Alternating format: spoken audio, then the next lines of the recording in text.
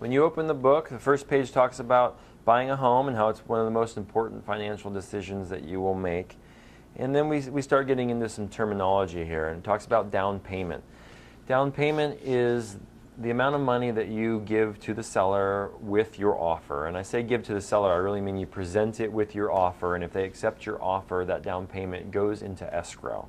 We'll talk about escrow later, but down payment, it's just a percentage of the sales price and will go towards your total sales price once your contract is accepted. If it's not accepted, you get that check back. A lot of cases, you'll just show them a copy of it, your realtor will hang on to it, or you'll hang on to it, and once the offer is accepted, you'll just send that off to the escrow company to hold. It can be the down payment can be as little as 0 to whatever you want it to be. A 0 down payment means you're seeking for 100% financing, which in today's world is a little bit different unless you're a veteran. There are down payment assistance programs which we utilize all the time. So if you're a little low on down payment, don't worry, give us a call. Let's talk about what you're looking to do and where you're at, where you're looking to buy, and see what kind of options you have available to you. Getting pre-qualified is a term that is thrown around a lot these days, and I want to talk about the difference between getting pre-qualified and getting pre-approved, because there is a big difference.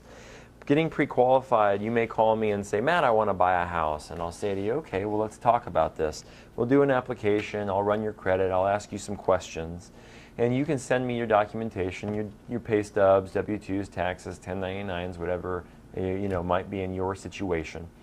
And I'll look at the picture and I'll say, yeah, it looks like you meet the guidelines here. You could get qualified for a loan, so you're pre-qualified, go out and look for a house.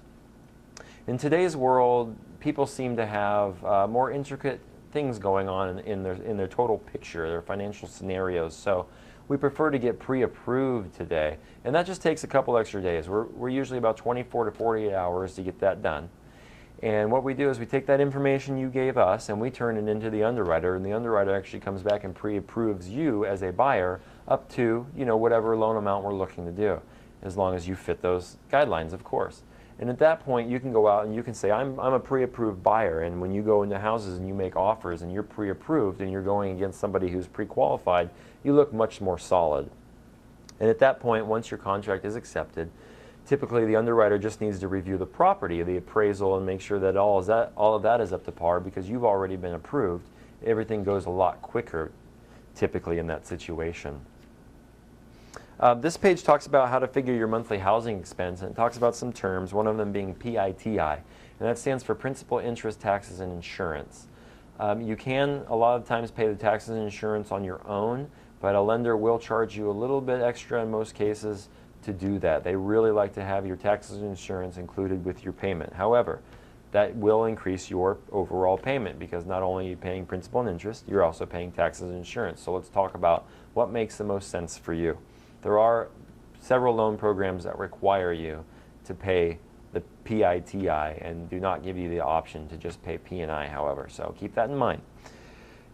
Also, when you're looking at houses, make sure you're looking at all of the costs, the carrying costs of the house. You've got electric, gas, water, garbage, insurance, homeowners association dues, possibly district taxes, any other fees that may go along with the house, the neighborhood, or the area that you're looking at. Those are important because you don't want to max yourself out on mortgage payments, come to find out later that you don't feel comfortable making these other payments that go along with the property.